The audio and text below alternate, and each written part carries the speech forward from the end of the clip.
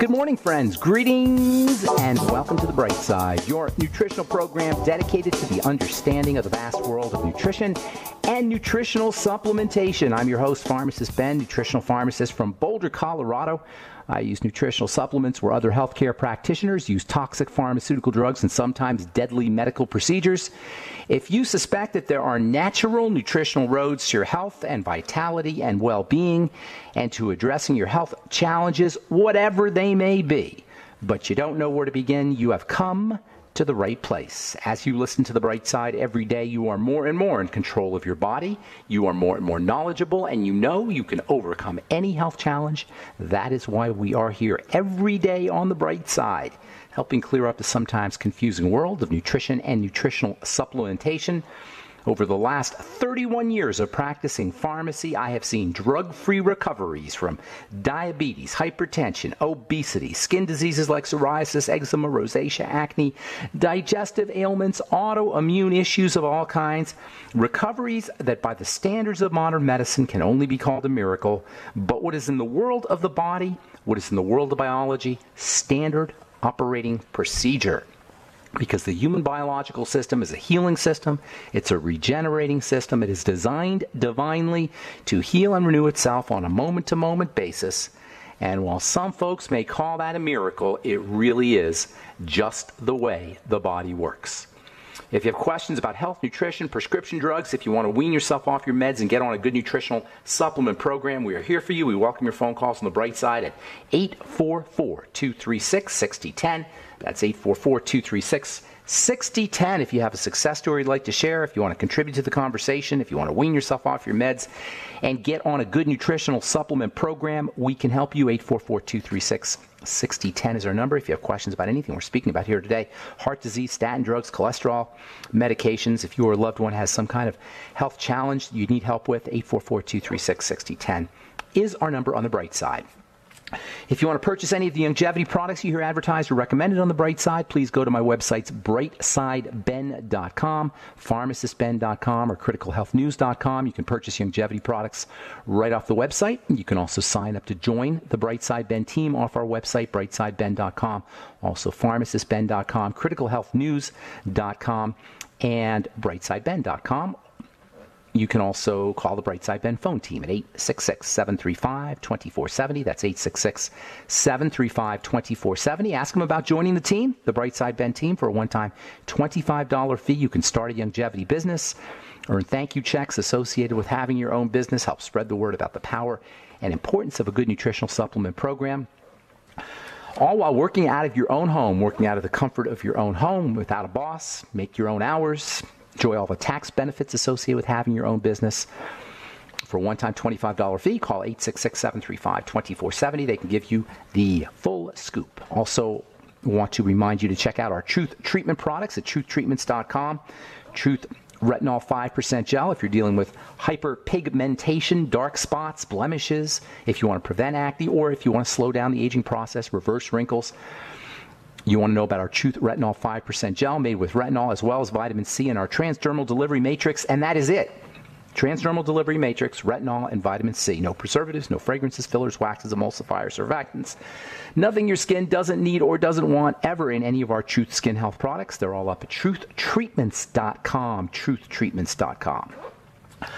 Okay, we're back on The Bright Side.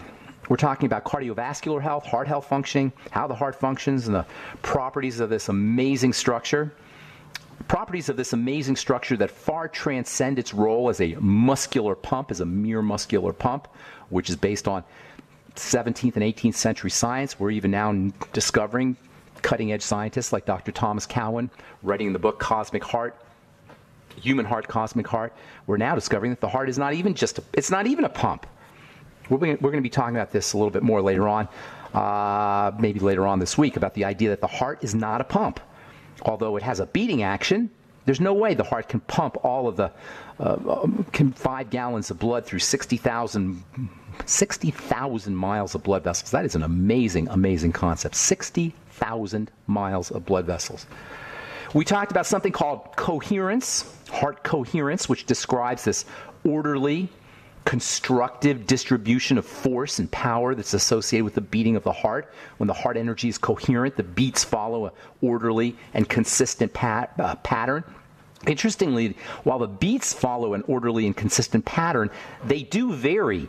In other words, from beat to beat, you have a shorter or longer gap between the beats. That's called heart rate variability. And when we're healthy, we have a heart rate variability. The heart doesn't beat necessarily at the same pace. There's a variability. There's a longer or shorter rest period between beats as we adjust to our circumstances. As we get older, that variability actually diminishes and the heart rate becomes more consistent. The space between the beats becomes more consistent with age.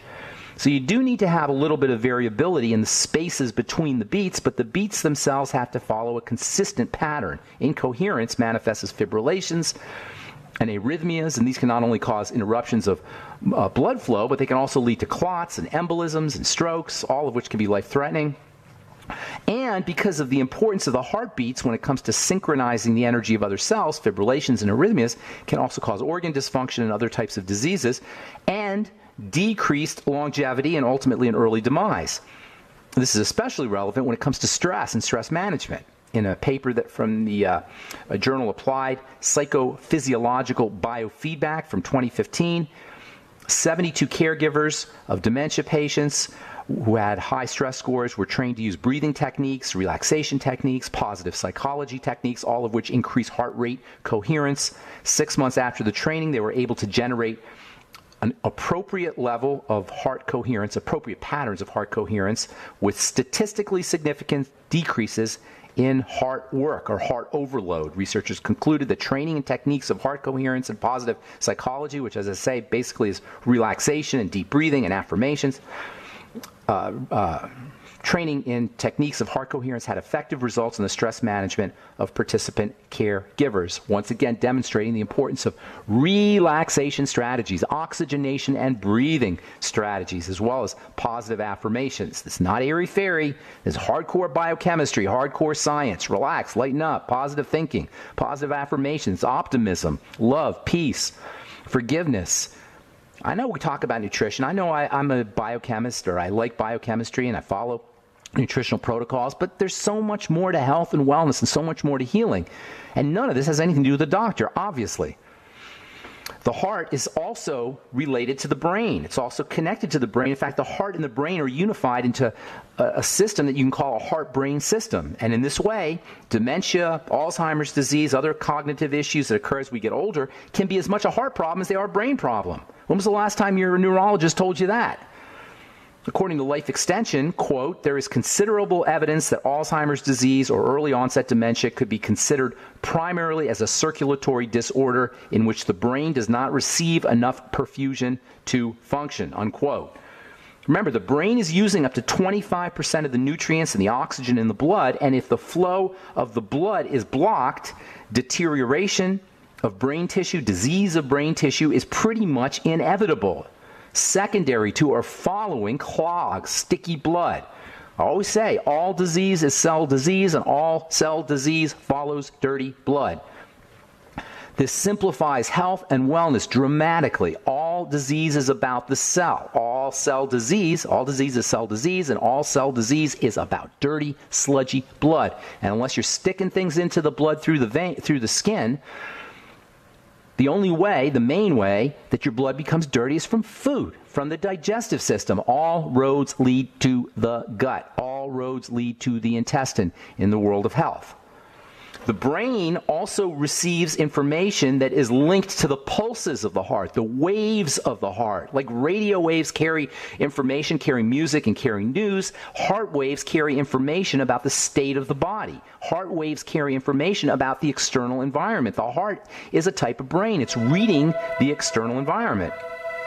So heart pulses and heart waves carry information, and while most people believe or learn that the heart responds to the brain, in many ways, the brain is responding to the heart.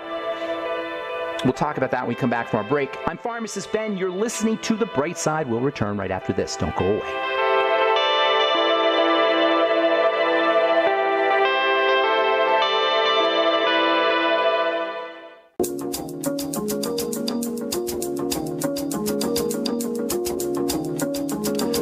right, we're back on the bright side. 844-236-6010 is our number. That's 844-236-6010. If you have questions about the longevity products, longevity business, heart health issues, if you're on statin drugs or any medication you want to wean yourself off, if you have a health challenge you or a loved one is dealing with, you want help, 844-236-6010. We are here for you on the bright side today and every day, 8 to 9 Pacific and 10 to 11 Central Time, 24/7 on our archive pages at brightsideben.com and benfuchsarchives.com.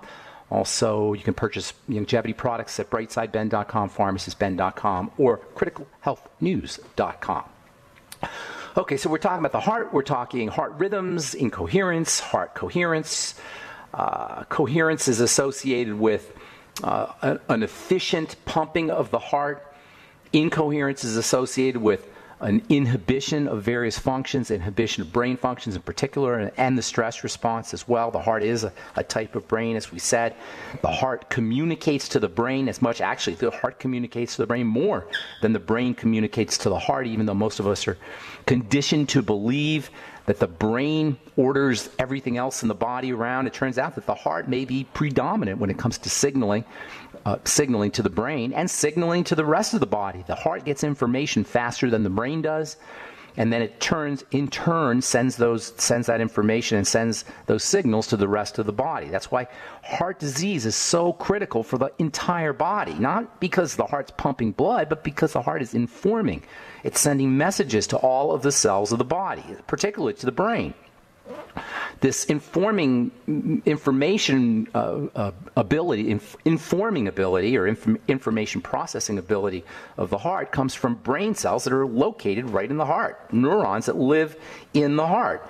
Neurons that are very similar in activity to neurons in the emotional center of the brain. This is, when we talk about the heart informing the brain, we're really talking about the heart informing the emotional center of the brain. The heart's information wave can have a significant effect on how emotions are processed at the level of the brain, how the heart beats, the variability between the beats, the coherency, the ordered pattern of the beats, can have a significant effect on stress levels, on anxiety, as well as on contentment and peace of mind. And this is why biofeedback can be so helpful. We can control our heart rate. And guess what the major way of controlling the heart rate is? Breathing. Yet again, we see the importance of slow, deep, rhythmic breathing. When we breathe slowly, deeply, and rhythmically, somewhere around 6 breaths per minute is a good place to be, our heart in turn stabilizes. Our heart coherency increases. And this sends a message to the brain that everything's okay.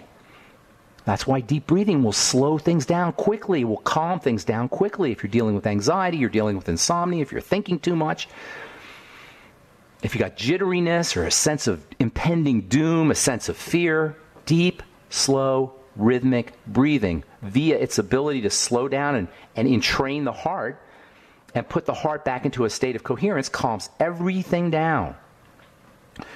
This ability that the heart has to learn things, to remember things, to be an information processor, to generate electromagnetic fields that carry information, not only impacts the body that contains the heart, not only impacts us, but it also creates external effects. Remember, the heart is generating a field outside the body, so the same way that heart rate, heart coherency, heart rate variability, the space between the beats, the same way that this is affecting our brain, the same way this is affecting our cells, the same way this is affecting all of our organs, it's affecting everybody else. Because remember, this electromagnetic wave, this information wave is coming outside the body. Everybody around us is sensitive to this, whether we know it or not. The heart's field, the heart's electrical field, extends some 4 to 6 feet outside the body. So it's pretty reasonable to assume that the same kind of effects that modify the activity of our organs, the heart's owner's organs and cells and tissues and structures, could easily affect the organs and cells and bodies of other people as well. This is particularly important for mothers and newborn babies, or mothers and infants, or parents and children for that matter. Heart rate variability, heart coherence can have a dramatic impact on the development of an infant, the development of an embryo or a fetus in the womb, and the growth and development of children. Yesterday we talked about an abstract heart, an invisible heart, a metaphysical heart that informs groups of people. And that's not really a heart, of course. It's a metaphysical heart, but it's a source of information that individuals in groups whether those groups are nations, countries, cities, teams, organizations of any kind. All of these types of groups are sensitive to information the same way that the cells of the body are sensitive to the information coming from the real heart in the chest of a human body. This means that groups of people have a type of group heart and a group heart field composed of the combination of all of the individual fields generated by all of the individual hearts. That means it may be possible that all of the electrical waves being generated from the hearts of people in groups may create this kind of group heart that affects all the members of the group the way the heart in our chest affects all of our individual cells. And this, in my opinion, is what is meant in the Bible when we read about the body of Christ. When it says in Ephesians 4:11, that we all as individuals have a role to play in building the body of Christ, in building the meta body or group bodies. I'm not being religious here. I'm not talking about religion. I'm talking about this idea that individual humans form a big body the way individual cells form a little body.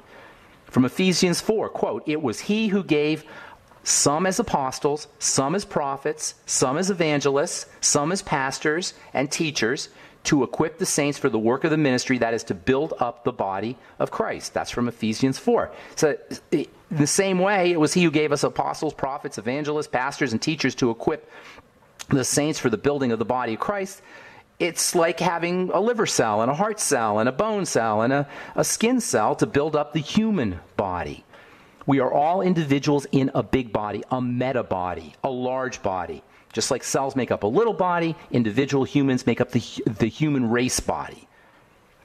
So we're all streaming out heart waves, heart energy from our chest external to the body. And that means there's a humanity heart field, a human race heart field composed of all of these waves that is impacting each and every one of us as individual human beings. And that means we each have a role to play in whether the human race, the human heart field is healthy or not. Our little anger forms a cancer in the big body.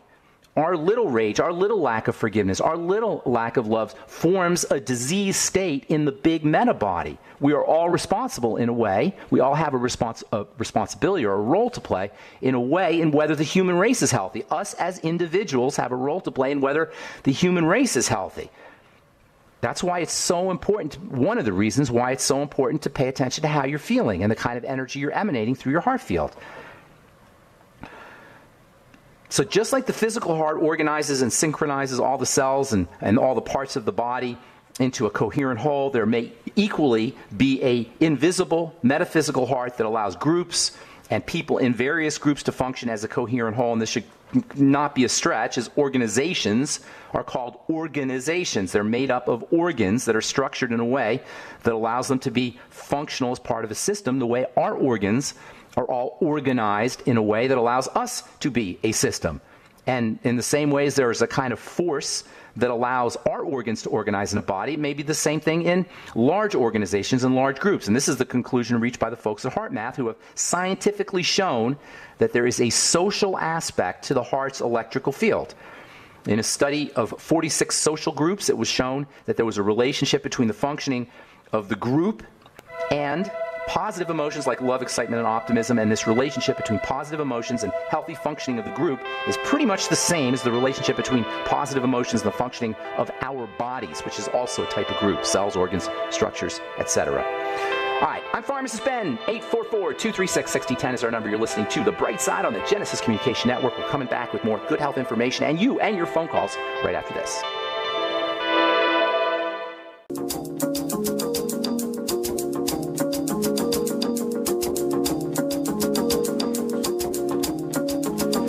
We are back on The Bright Side. 844-236-6010 is our number. We got lines open for you at 844-236-6010. If you have questions about the longevity products, longevity business, health challenges you or a loved one may be dealing with, heart health issues. If you're on medication, you want to wean yourself off, we can help you. 844-236-6010 is our number, and we'll get your calls here in just a moment. We do have lines open at 844-236-6010. From let's see here. This is from Fox News. The link between deodorant and breast cancer. This is interesting. they're quoting a study from the Journal of Applied Toxicology. Researchers took 4 samples of breast tissue from 40 women who had cancer, and they found something very interesting. After analyzing the tissue, they found preservatives in the breast tissue, specifically preservatives called parabens. Now, this was from Fox News just last week, but we've known about this for years. I first read about parabens in breast cancer tissue when I was in pharmacy school 30 years ago, and I hated working with parabens. Most people these days know that parabens are nasty preservatives. They're food preservatives, actually, and they're also in cosmetics. But it's not just parabens that's a problem. Sometimes marketing companies and skin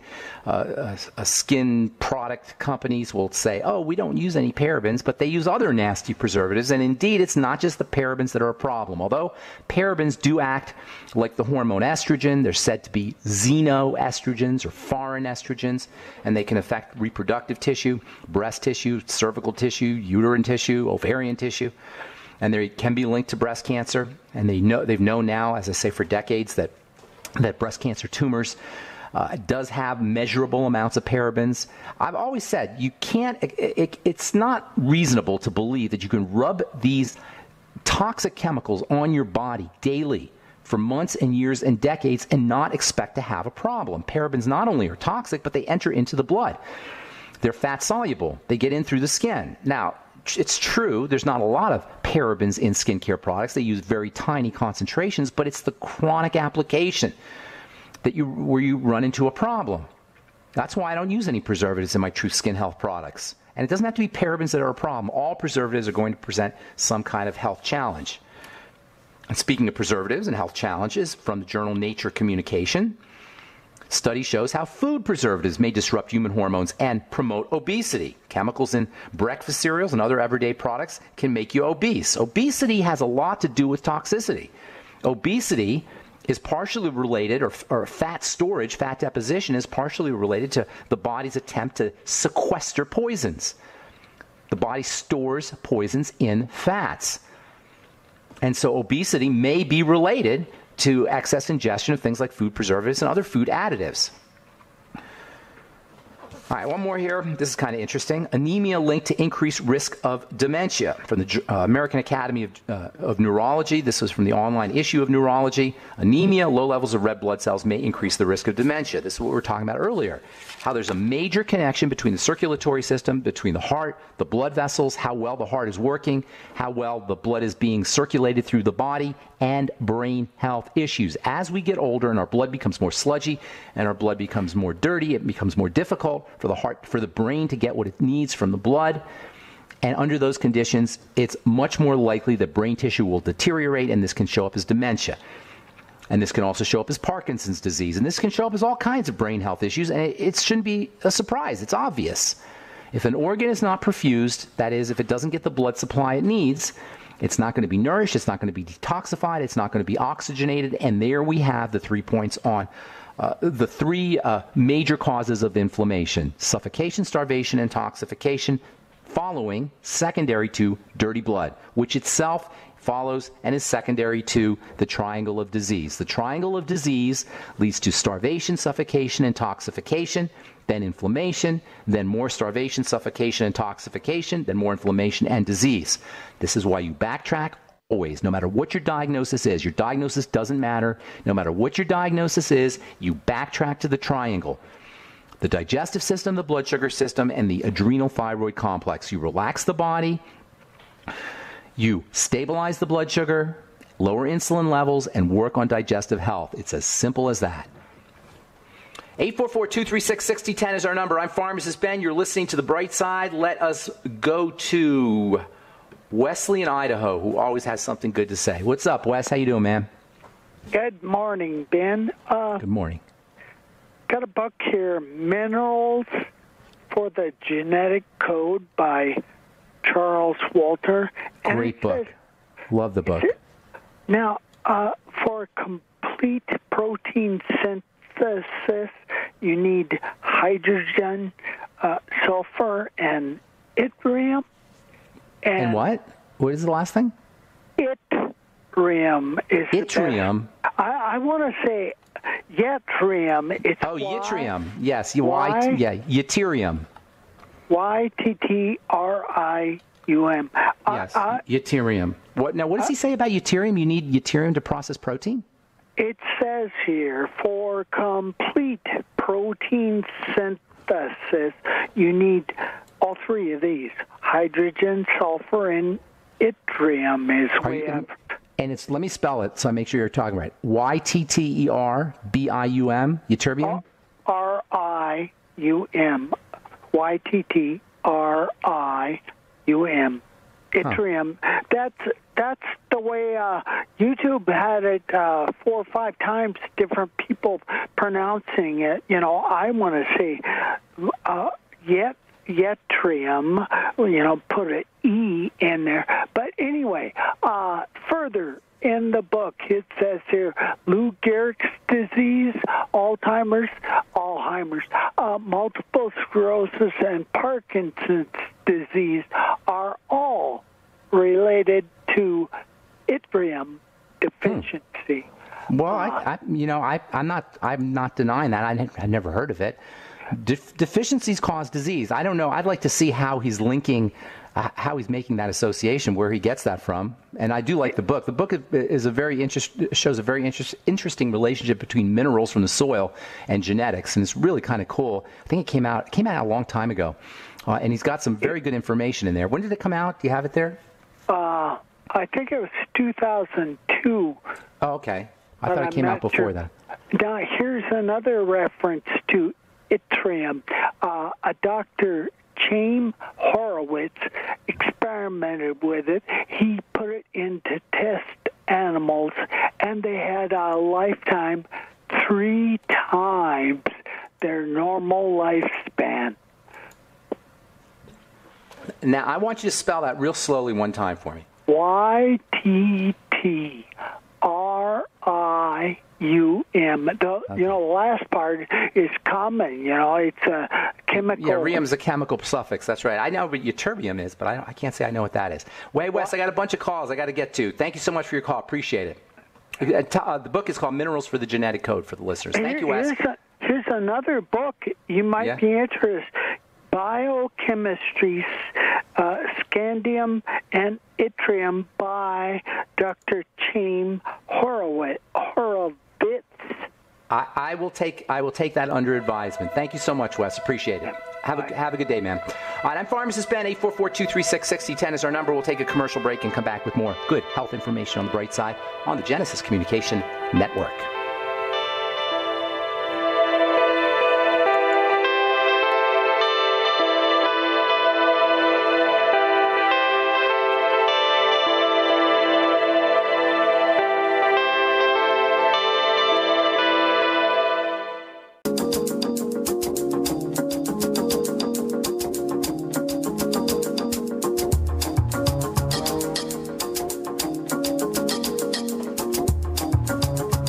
Okay, we are back on the bright side. Pharmacist Ben here, 844-236-6010 is our number. Let's go to Mary in Michigan. Good morning, Mary.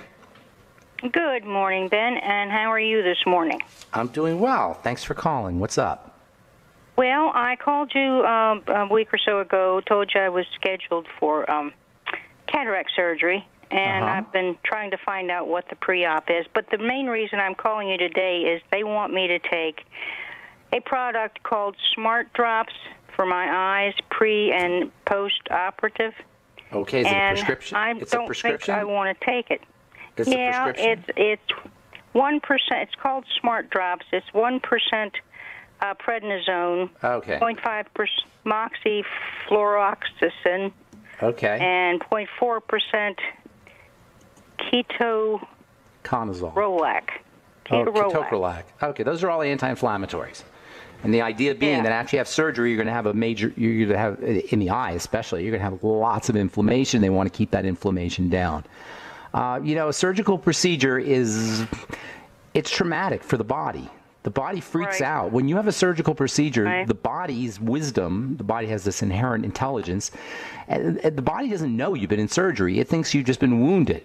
So it mobilizes to protect you from the wound, and the inflammatory process, as we've said so many times, is a defensive protective response. So what you got to do if you're going to have surgery is you got to bypass that protective response, because the inflammation itself can be problematic and slow down the healing.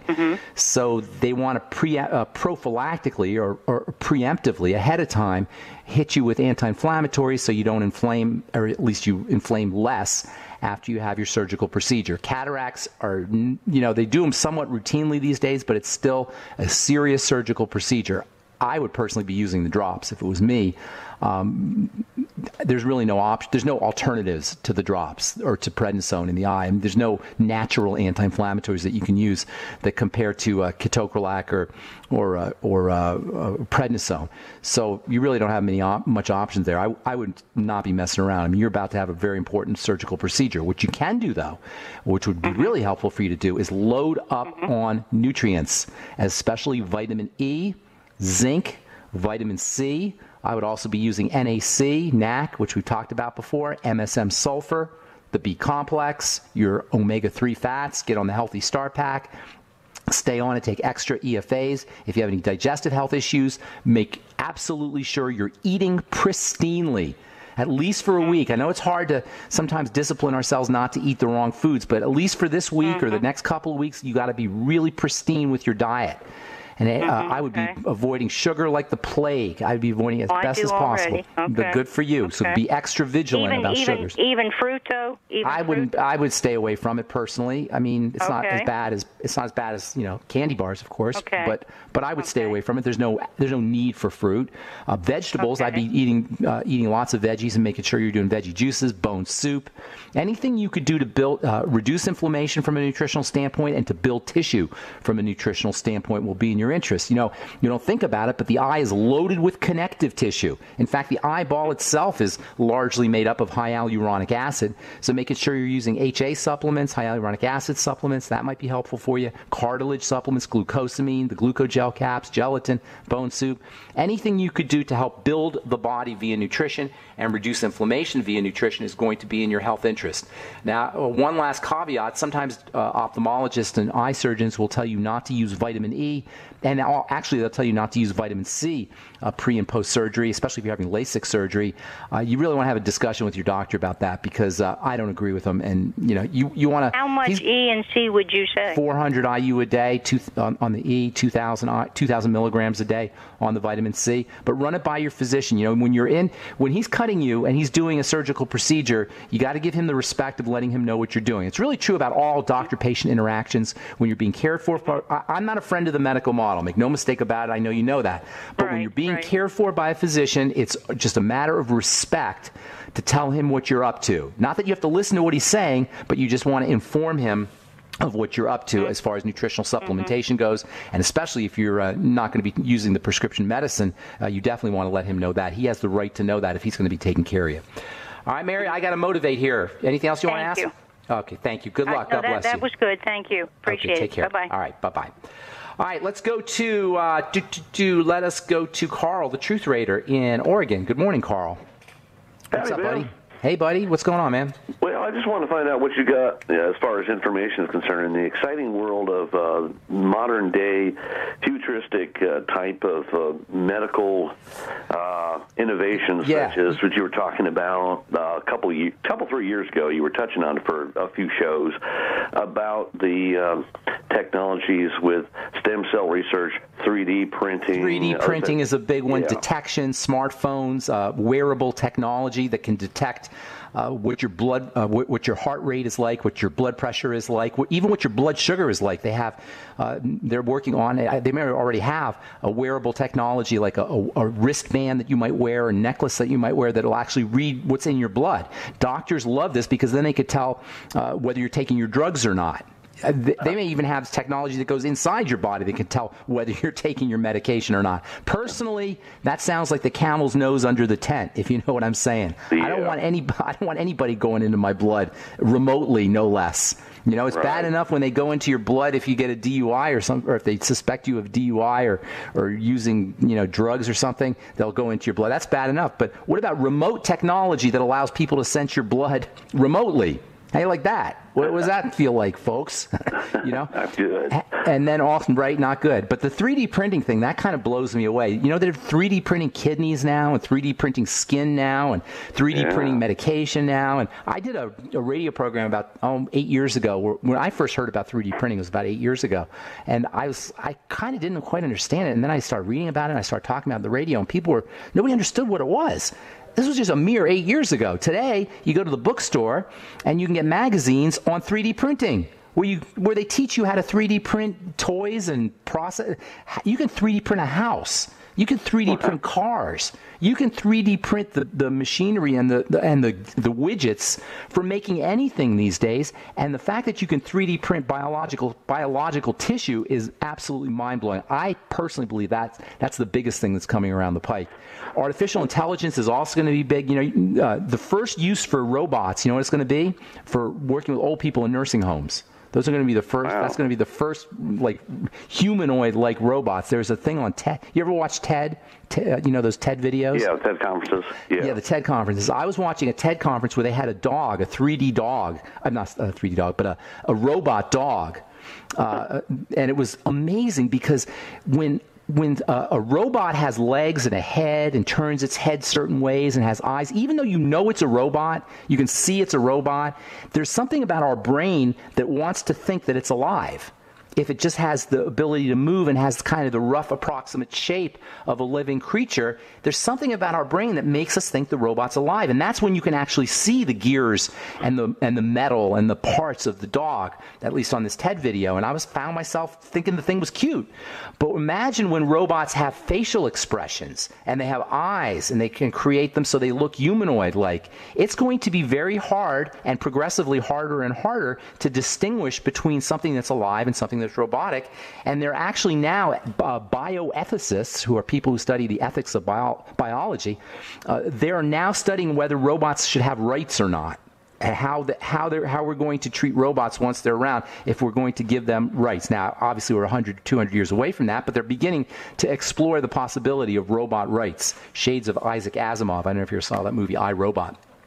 Yeah, anyway, it's a brave new world, Carl the Truth Raider, and you and I probably aren't going to be here to see a lot of it, but it's on the way. Make no mistake about it. All right, I'm going to get one more call in, Carl, if I can. Have a beautiful day. I'm glad you called. Thanks, buddy. All right, so last word for John the Underwear Guy. Good morning, John. Hey, good morning. Good morning, sir. Okay, I'm going to make it quick. Yes, sir. I'm parked out here in Death Valley. Drinking a smoothie, and I'm thinking about nuts. And I'm out here on the road. When I get the munchies, I've kind of turned to nuts. My nuts are almonds, just for general munchies. Walnuts to put in my smoothies, and Brazil nuts for the selenium. Those are three awesome nuts. Almonds sometimes nuts can be a problem for some folks, but if you can eat nuts, they got a lot of nutritional value. The one knock on nuts, aside from the fact that they're allergenic for some folks, is the oils oxidize when they're roasted. So you want to kind of keep your nuts unroasted and fresh if possible. John the Underwear Guy, I'm glad you called, but we're out of time, buddy. So give us a call back tomorrow if you got anything else to say about nuts. All right, thanks. There's have a beautiful always another day. Thank you. All right, buddy. Take care, man. And also, nuts are a great source of fiber. Don't forget that. All right, I'm Pharmacist Ben. Thank you so much for listening to The Bright Side, friends. Have yourselves a wonderful, awesome, beautiful, spectacular day. Don't forget to check out my website, truthtreatments.com, for super high-end premium connoisseur skin health products, truthtreatments.com. We will talk to y'all later, folks. Bye for now.